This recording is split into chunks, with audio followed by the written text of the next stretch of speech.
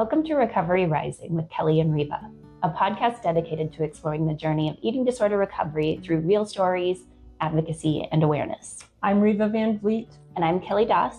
And each week we like to throw out the disclaimer that we aren't medical professionals.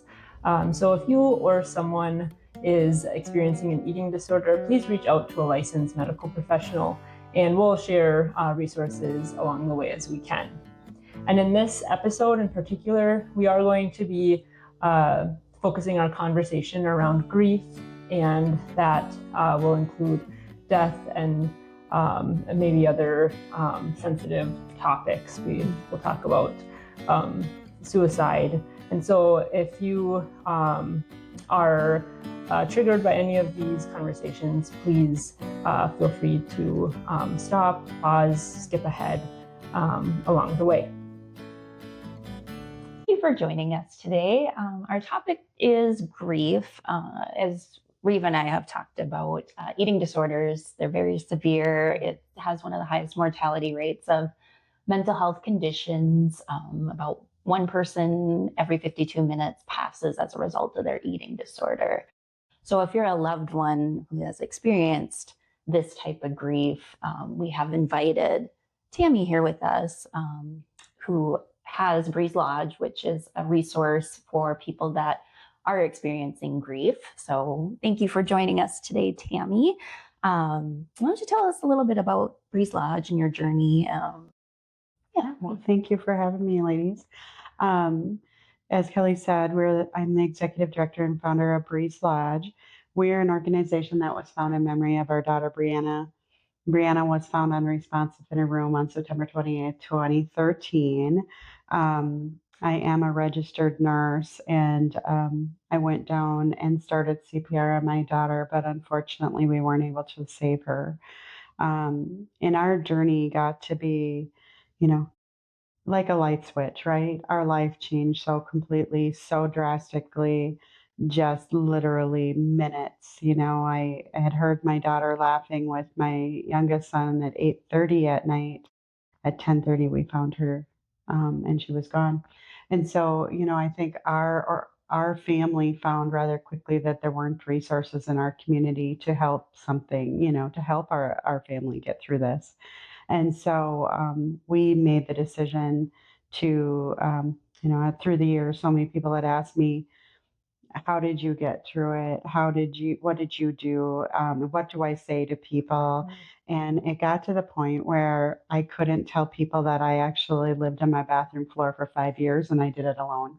And so I finally said, you gotta stop doing that. We gotta figure this out. And we founded Breeze Lodge just for that reason. That purpose was to make sure people didn't have to be in that dark of a place. And so I started seeing people from my home. I'd go for coffee or I'd go for lunch or something with somebody who was grieving. And, one day I met with somebody and she was completely shut down on me. And I got in the car and I said to myself, like, what did you do? What was wrong? And the only thing I could think of, right, was that we were in the public. If that would have been me, fairly new into my journey, I probably would have started crying and not stopped. And so I came back to our board of directors at that point and I said, we need to do something because I can't do that in public anymore. And so we found a spot in Midtown Square, 900 square feet. And we started seeing people one-to-one. And then we started support groups, and we've just continued to grow and grow and grow. And so now we're in a 2,700 square foot facility. We're in Way Park.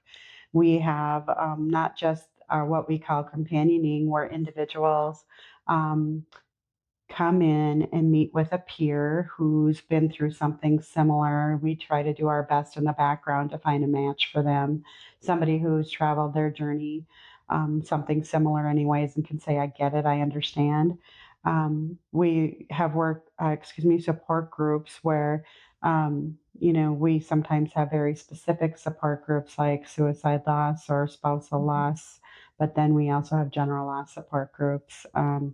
So we're currently doing that, and our workshops can range from healthcare directive workshops to, um, you know, memory bear making or yoga or chakra or, we know that a healing through the five senses is so important. And so our organization truly focuses on how do we get an individual to go through their grief and not around it. But we work diligently at trying to find a way for everybody. And if something doesn't fit, we always say, well, what will help you? Yes. What can we do to support you? So, Yeah. I love that. yeah. Yeah. And I know with like eating disorders, I mentioned that statistic 1 in every 52 minutes. So that can be people dying as a result of their eating disorder, but that also includes those that die by suicide as a result of their eating disorder. So as whether it's parents, siblings, we know that everybody grieves differently. But for those that have those like what if statements or should I have done this, or people that are ruminating with those thoughts after losing someone, what would you like viewers to maybe know about those situations? I think that I don't think anybody's exempt to those feelings, no matter what type of loss it is, to be honest. I think that's one of the most common things we hear is I could have, should have, would have, type of things. And my story was, like I mentioned, I'm an RN. I'd worked at the hospital. I'd come home from a 12-hour shift. I went upstairs. I normally go down and get out of my clothes, and my husband said, "Hey, dinner's ready." I went upstairs. Um, I ate dinner. I heard a noise, and right, I assumed somebody dropped something. But unfortunately, now I know, right, that she had fallen. She hit her nightstand, and she died alone. And so, the result of that, as a parent, my job or our jobs is it's to protect our children. And I, she was right below me. As a parent, I feel like I failed every piece of being a parent. As an RN, I felt like I failed um, being an RN. How could I even go back to work? I can't even save my own child. How am I supposed to save somebody else? And so, personally, on a personal level, I truly have so many regrets and so many things that I wish I could have done differently. Or if I just would have went downstairs, maybe I would have known that something was wrong with her. And so there's this spot in me that says, you can't live day after day after day thinking about those could have, should have, would have types of scenarios. But you know, there probably isn't a day or a week that goes by that I don't have that one little guilt thing run through my brain. And it's been 13 years. It'll be 13 years in September. And so, you know, for the families, um, struggling with somebody they've lost to suicide or an eating disorder, there's always going to be those things. I think even the anticipatory grief individuals, somebody who um, their loved one was diagnosed with cancer and they're with them day in and day out until the day they die. I think there's still those regrets that people are going to live with because we're human. It's just natural to do that. However, something that we work on at our facility is talking through those, trying not to ruminate on those. But when you're able to say some of those things out loud to somebody else who gets it, I think that lightens the load. It lightens the thing to somebody to say, you know what, I feel that way too. I found my son in his playhouse. And I could have, should have, and all of us have those things, and so we just do our best to try to help people connect with others. Yes, that's very important. Like it's pretty much your tagline: nobody should have to grieve alone. Exactly. Yes. Yeah. I think in my journey of I go back to mine so frequently through this, but 5 years I socially isolated myself, and there were so many days that I was throwing up. I hadn't eaten, I hadn't slept. And there was one day where my husband walked in and he said, Tammy, we can't do this anymore. But at that particular day, I literally I could not get myself off my bathroom floor. And, it took a lot. There was a time when we made the decision to go to Faith's Lodge in Danbury, Wisconsin. And that's a grief retreat center for parents who've lost children. And I cried all the way. I told my husband to turn around and he said no. With being socially isolated, that was just a journey in itself. I couldn't go to birthdays or anniversaries or, you know, literally anything, and because nothing was funny. And everybody was laughing, and it was so hard for me. But when I went to Faith's Lodge, it was the first time that I felt like I wasn't being judged for laughing or crying. Like I think I found a little bit of Tammy for the first time since I lost my daughter. And I walked out of there knowing we needed to do something in our community. And so here we are, doing everything we can to support all these individuals. So, yeah. And with the family dynamic, a sibling, somebody who lost their sibling might be grieving differently than the mom or the dad. So that communication dynamic, like, do people stop talking to one another, or they don't want to, like, maybe trigger the mom or the dad by saying, so what does that look like, or what approaches can people take to, as people grieve differently within the family and friends and things like that? Yeah, again, we are all human. We all have different personalities. We all have been taught, and in our lives, I always say that we grieve in the way that we were taught. And so there are so many times, I think my generation, people a lot of times weren't brought to wakes as kids, right? They didn't take their kids because that would be too much, too hard for them. And so even at the time, when I was a kid, it was like, oh, it's okay now let's move on. Yeah, exactly. and get, and so we didn't have the opportunity to be able to learn what grief really is and how natural that is in our lives. But I think we as a culture, as a society, have decided that grief is not okay. So the griever struggles even with grieving because we're taught not to, right? And so when I was in such a dark spot, trying to figure out how to make that a little more normal.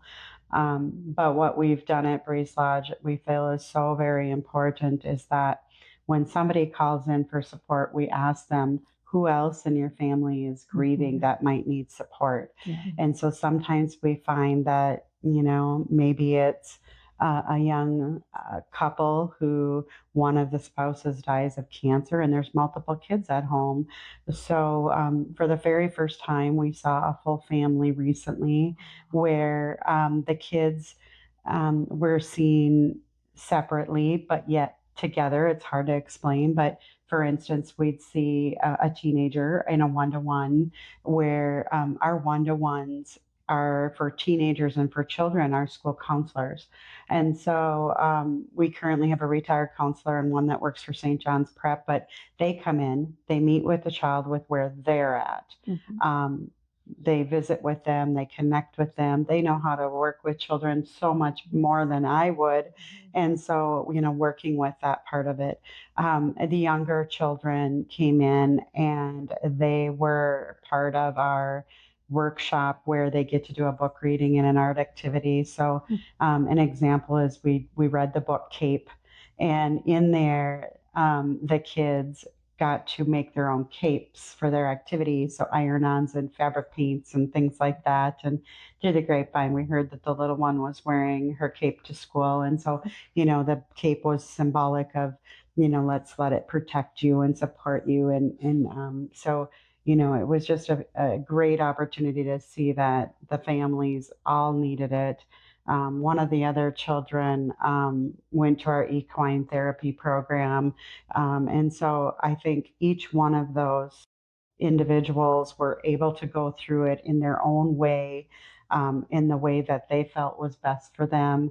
The parent actually supported the children in whichever one that they wanted to be a part of. And so it was so healing and able to have a conversation with the parent and the children in the same room. Oftentimes the parent holds out on grieving because they don't want to make their children sadder. And the children don't literally, they will tell us, well, my mom or my dad is so sad. I don't want them to be more sad. And so what happens in that scenario is that nobody's grieving. Exactly. So how do we encourage them to heal together? Statistically, children are a higher risk of drugs and alcohol, early pregnancy, dropping out of school, eating disorders, right? So what can we do to help facilitate that healing early on so that 20 years from now, we're not getting a call from a recovery facility saying, I have someone who lost their sibling 20 years ago and is now just starting to, get sober. And so how do we help facilitate that now? And so that's what we're working hard on, is making sure that we're working with every single person in the way that they need to get through it. We oftentimes will offer the companioning and the support groups, for instance, and we find out they don't like to talk. Well, in that situation, we wouldn't want them in either of those, right? Maybe they need to be part of our equine therapy, or maybe they need to do a workshop first and start on a slower level. We do the memory bear workshop, for instance, and people bring in a picture of their loved one. They bring in a shirt, maybe, or if they had a stillbirth or a miscarriage, maybe that baby blanket with them, and they get to make a bear. And so they can talk as little as they would like, or not at all, or maybe they want to share a whole bunch, but there's usually tears and there's usually laughter, and it's so healing to watch that. But we truly feel that, as you asked, with everybody having such a unique journey, how do we best facilitate that healing for them? Yeah. And I think we have so many expectations for the griever. And even if we are the griever, we hold these expectations of what that grief journey is going to look like, or what it should look like, what I should be doing, or what, how that should look. And I love that you, at Breeze Lodge, you just really have open arms, like, hey, we're here for you, no matter what spot on your journey, no matter how you want to share that with us, we're here for you. And I think that's very, like you said, in our society, where it's like, well, you should take your time and then and then move on. And it sounds like, even like if someone were to, you have this gift of Breeze Lodge and this gift of sharing your story. And I think if someone were to ask you to do that, like, a year, 5 years later, it wouldn't have been your time. Right. Yeah. Like I said, in my situation, with 5 years being on my bathroom floor and not being able to even hardly go into the public, we talk about triggers a lot, things that trigger, and it's a lot of times music, or it's a lot of times a scent, or just anything, right? And so I share this story quite frequently, but I talk about going even into the grocery store. And we hear this so frequently, that the grocery store is very triggering, a favorite food, or their last meal, or their favorite beverage, or their, just as you walk through the grocery store, there's memories. And so I'll never forget that time I stood at the end cap and I just cried because there was these brownies on the end cap, and BriAnna loved to make these brownies. We now name those brownies Breeze brownies, and we make them for a lot of things that we do. But I stood there and I had tears rolling, and I was having a hard time stopping those tears, and not one person stopped. Not one person said to me, "Are you okay?" Not one person, right? They all just put their heads down and right on past, And so it is very hard for us as grievers to say, am I doing it right? Am I doing it wrong? Am I crazy? Am I not crazy? And I think there is no right or wrong way to grieve, with each person's own personalities and experiences with grief. How do we set how do we set ourselves up for a successful healing process, right? I think we automatically set timelines inside of ourselves, like, I'm still this bad and it's a week. Well, yeah, a month or 6 months or a year. And I think the timeline that we hear most frequently, well, it's been a year. And it should be all better, right? But what we found, and I hear different stories, and I'll ask people, depending on where they're at in their journeys, when did you feel like it was the worst? And we often hear a year. I sometimes hear the third year. I sometimes hear, I'm 5 years out. How can it be this bad yet? And so that just tells you right there that there is no right or wrong answer. The relationship you had with somebody also defines that. Were you really close with them? What was the dynamics like when they passed away? And were there unspoken things that happened that you wished, and all of that plays such an important role in it. But yeah, it's challenging. Yeah. Well, and as our family grows, it's such a exciting, joyful time. And I know it's hard for my husband, like with each birth of our children, and he just wishes that his mom was there to enjoy this time. And I know he feels guilty and shameful, like, how can I be so sad? This should be such a happy time for us. And I think it sounds like that's true for lots of people experiencing grief. I mean, how can you not, but it's still, I'm sure, hard to hold space for that joy and that sadness. Right. And I think that first of all, I'm so glad that your husband can voice that. Men grieve so differently than women, and a lot of times it's not verbalized. And so they hold that in, and they hold it in, and they hold it in, and they have no outlets. And a lot of times men find ways through, chopping wood or doing something so physical to just get those frustrations and that pain to, kind of resolve on its own. However, I think that all of us need to recognize that there's other ways that we can try to support their, support their grief journey or anybody's grief journey by recognizing that maybe, what was, if it's Mother's Day, what was her favorite meal? Cook mom's favorite meal, or, letting balloons go. We often, we put the Angel of Hope in Sartell, and we bought that for the city, and the city has that down on Lake Francis. And a lot of times we'll get pictures from families of them letting balloons go in memory of their children. And I think in today's world, not everybody's buried, right? So they have the urn at home or something, and they don't have a place, they don't have an outlet. And so that angel is actually used a lot of times for that purpose. And never would we have thought that, but it's so nice to be able to find a way to recognize that you're grieving, but how can we twist some of that pain and uncomfort into a positive thing, doing something we loved, or, in our situation, it was on Bree's birthday, we always would go out for dinner.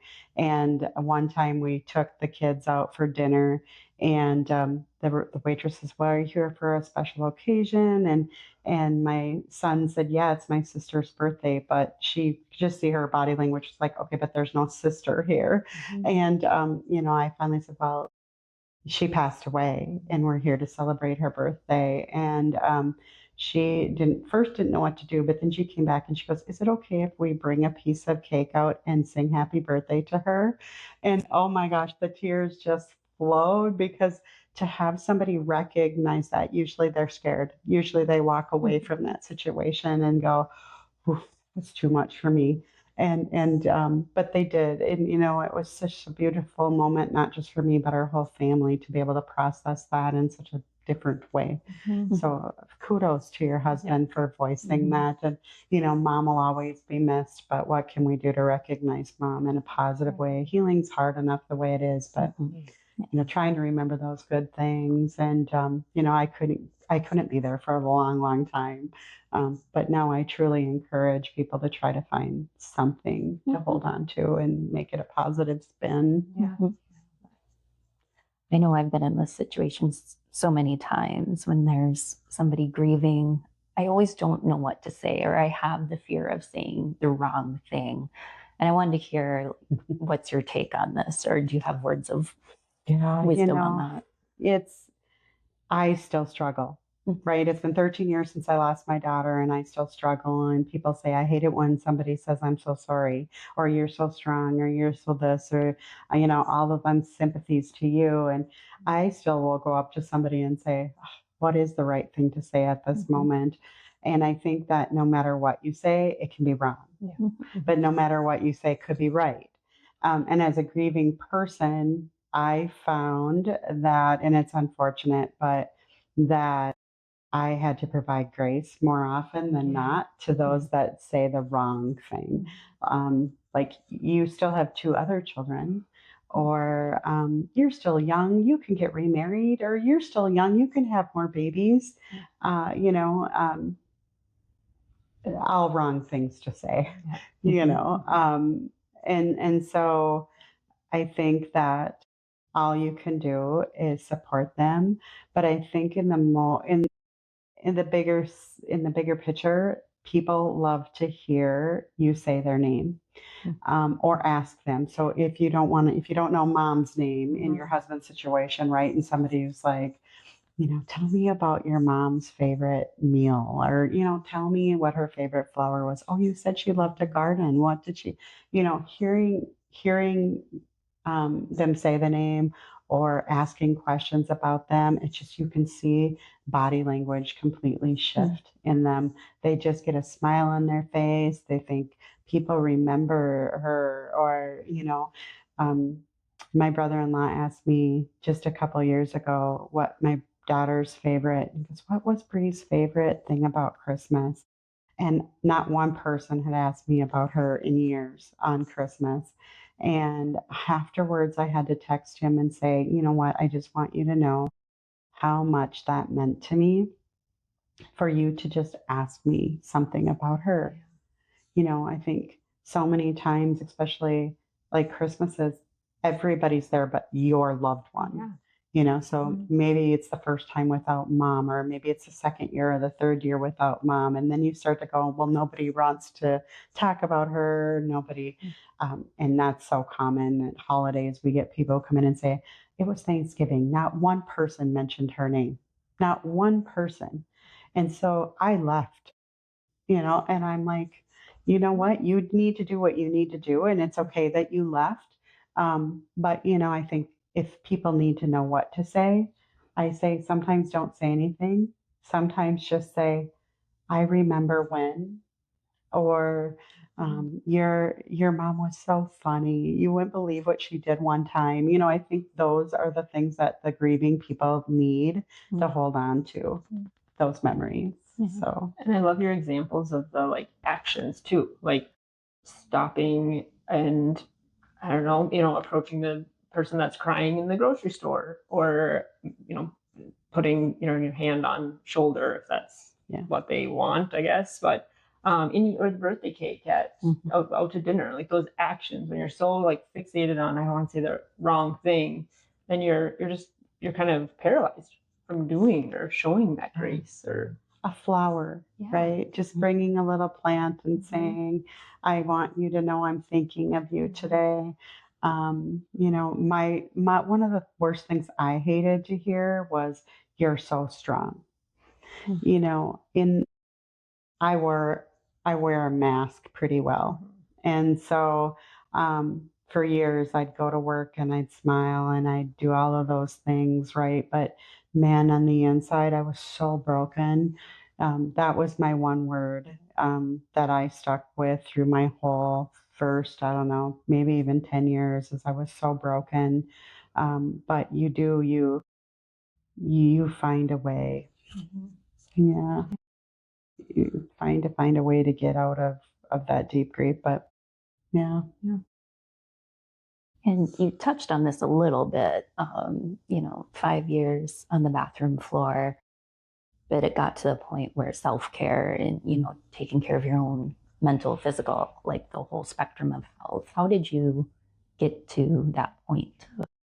Yeah. having to take care of yourself. Yeah. So self-care is really hard, and I think especially like in my situation, my husband was grieving, my sons were grieving, my parents were grieving, friends were her friends were grieving, our friends were grieving. And so I will admittedly say I was pretty selfish at that time. I was so deep in my grief that I didn't think about the other people around me that were grieving. I now today go, gosh, my mom was grieving and I didn't do anything about it. And I still have those little blame games now, right? For those little things I feel like I could have done differently. But, self care is so very important. Taking the time to eat and sleep. And like I said, there were months and months and months and years probably where I wasn't eating and I wasn't sleeping. And but you also have the people on the other hand who oversleep and overeat. And again, they do what they can to get through it. I think the bottom line through all of this is knowing that it's okay to not be okay for a while. There's something that at Breeze Lodge we do really well, and that is when people call us, say they need support, we help them first find the thing that's going to work best for them in getting support. But our volunteer team is also able to feel out when somebody might need therapy, for instance. And we will help bridge that person to find a therapist. We'll help them find resources that they might need. We had an individual that we were seeing whose fiance had taken his life and their child's life and started their home on fire. And during that part of it, she lost not just her fiance and her child, but she also lost her clothes, like everything she owned was gone. But she couldn't go to work. She lost her 2 part-time jobs. And at the time we started seeing her, she was living at the Salvation Army.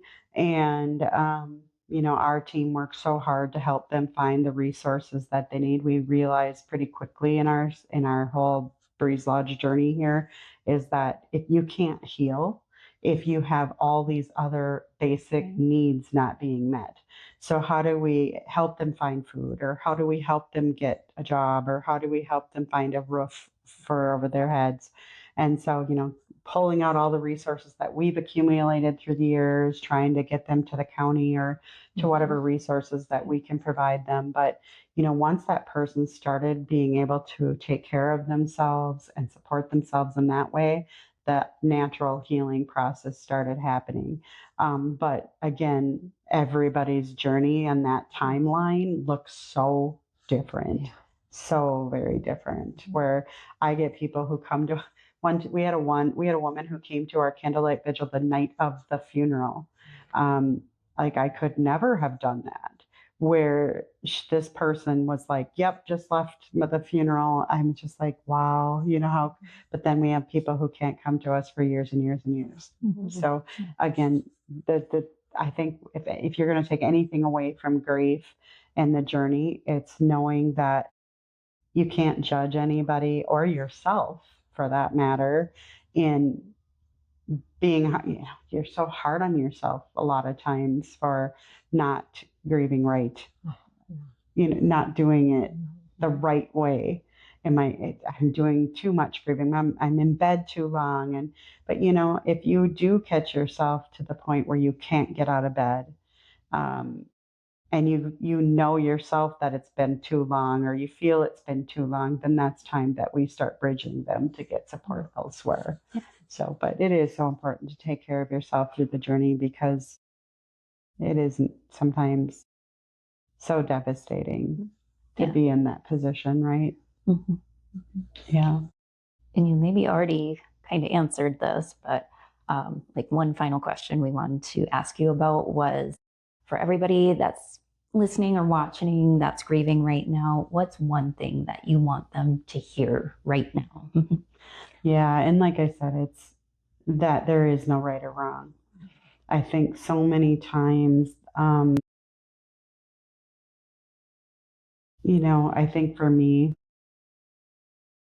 5 years on my bathroom floor, right? Somebody walks in my door and I'll even look at my staff and I'll say, oh my gosh, this person's on their bathroom floor because that's what I envisioned. That's where I lived for so long. But I can say that I'm so excited that if you Google grief support in central Minnesota, you're now going to find us. We worked really hard at trying to figure out that part of it. I'm a nurse, and I know that I worked so diligently to find support, and there was nothing out there. And so, that just made me sink in a deeper hole because I'm like, well, where do I go? What do I do? And so now there are resources in our community, not just Breeze Lodge, but we are very, very unique to our community, very unique to probably the state of Minnesota. There are some things down in the metro area, but being peer to peer is so different than going to a therapist. I had gone to a therapist over and over and over. I had walked in, I dumped my soul, and I probably scared them because I was in such a dark spot. But I walk out of there and go, I'm never going there again. And then I'd find another, I'd do it again and do it again. And finally, I met a therapist who lost her husband and her stepson in a hunting accident, and on the same day. And she had tears with me one day and she apologized for that. And I said, please don't apologize, because if you do, then I feel like I need to. And right now, I just need to cry.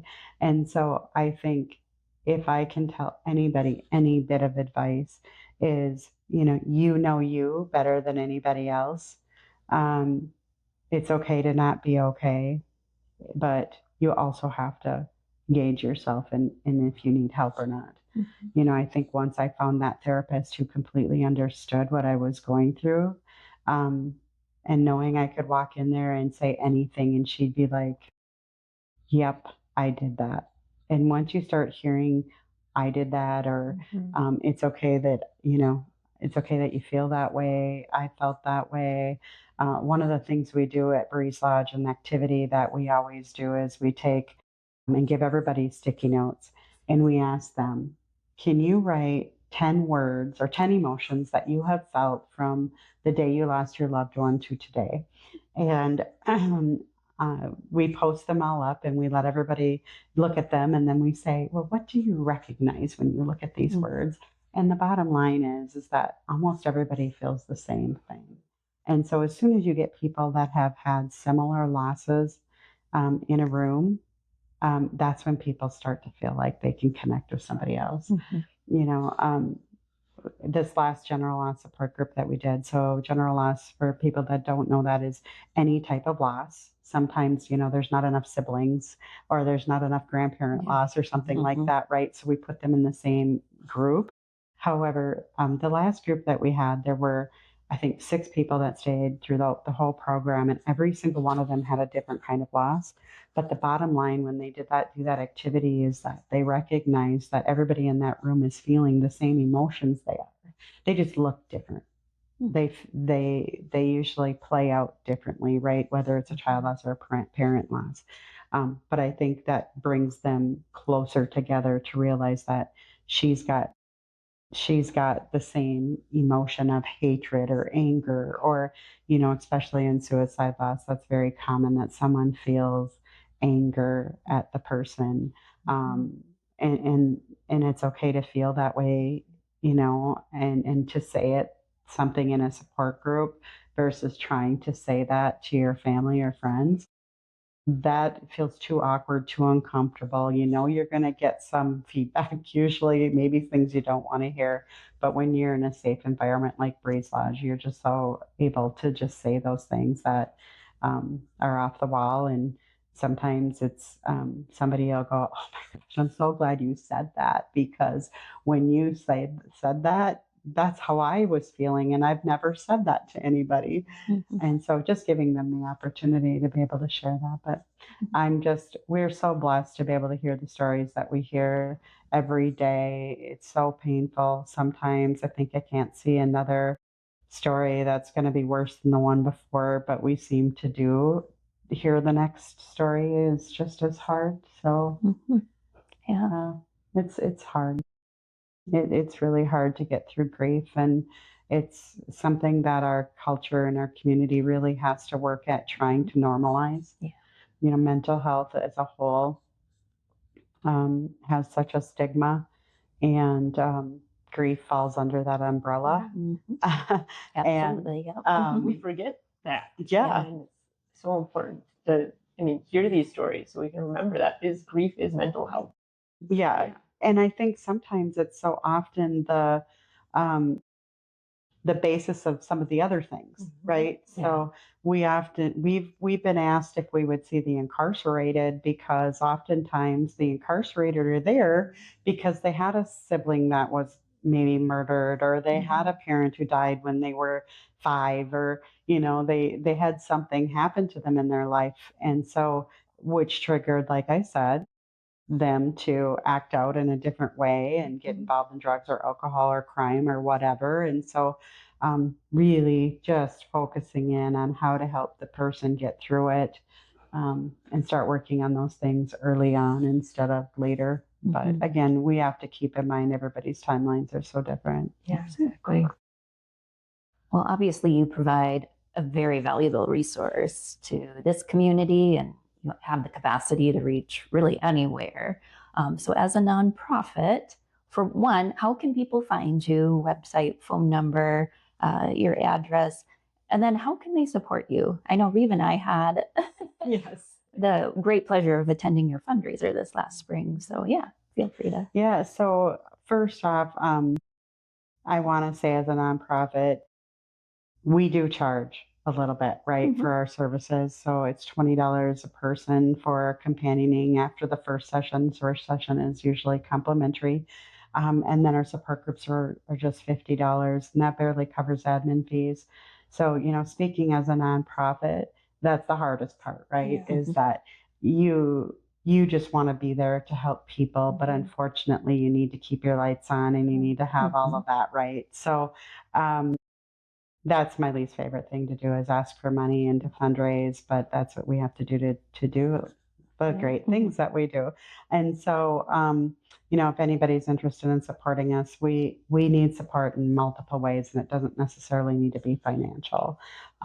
Some of the things that we do, we're looking for silent auction items. We look for sponsorships. Maybe you can't, but maybe your employer could be a sponsor.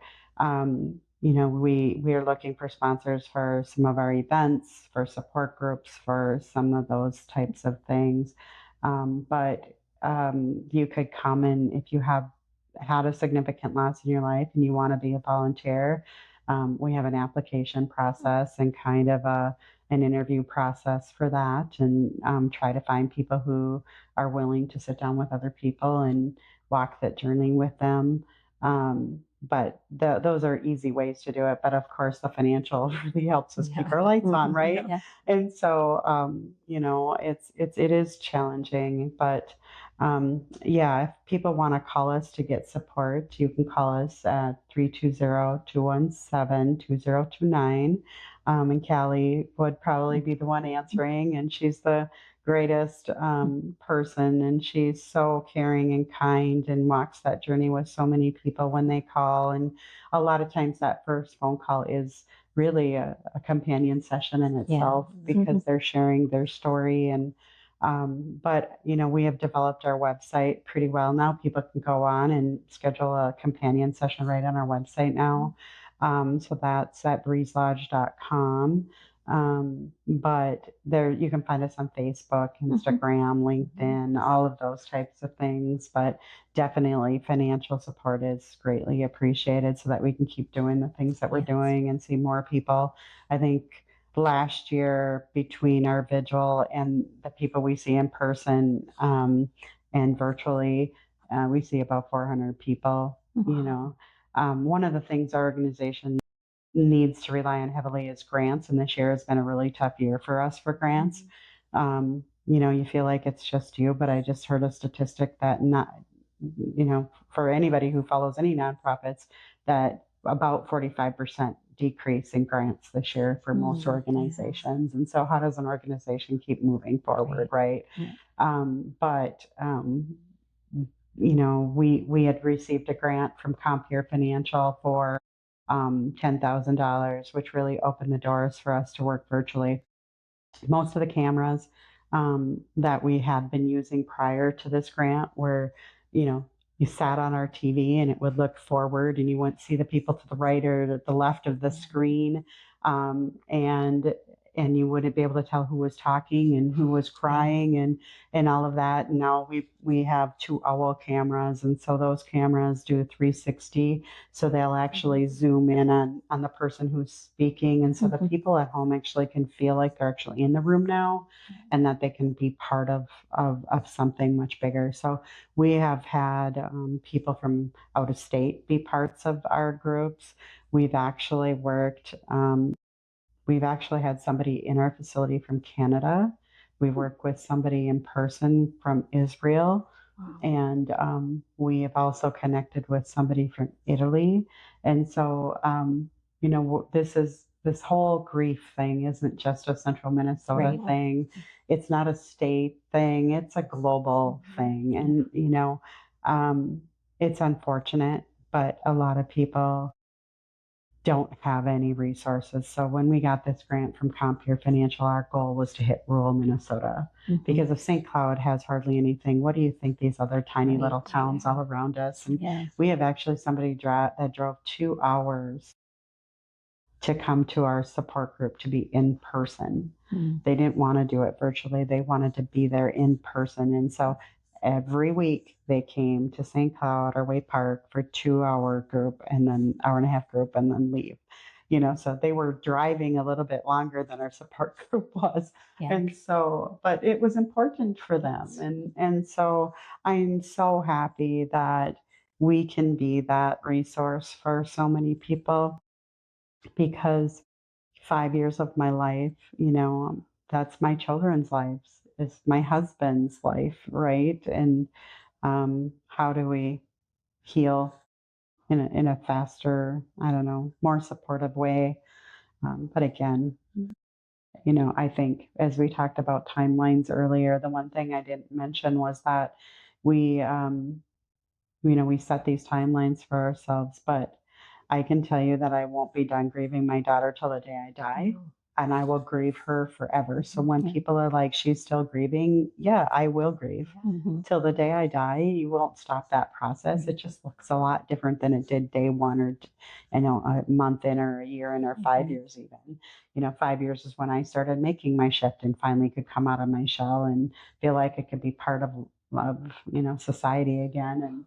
And it's terrible that people have to feel that way, but you know, with eating disorders being under that mental health umbrella as well, right? Like, we need to figure out how to fix that stigma of mental health, period. Absolutely. There's it, you break your arm, right? You hear this all the time, right? But you break your arm, you go to the doctor.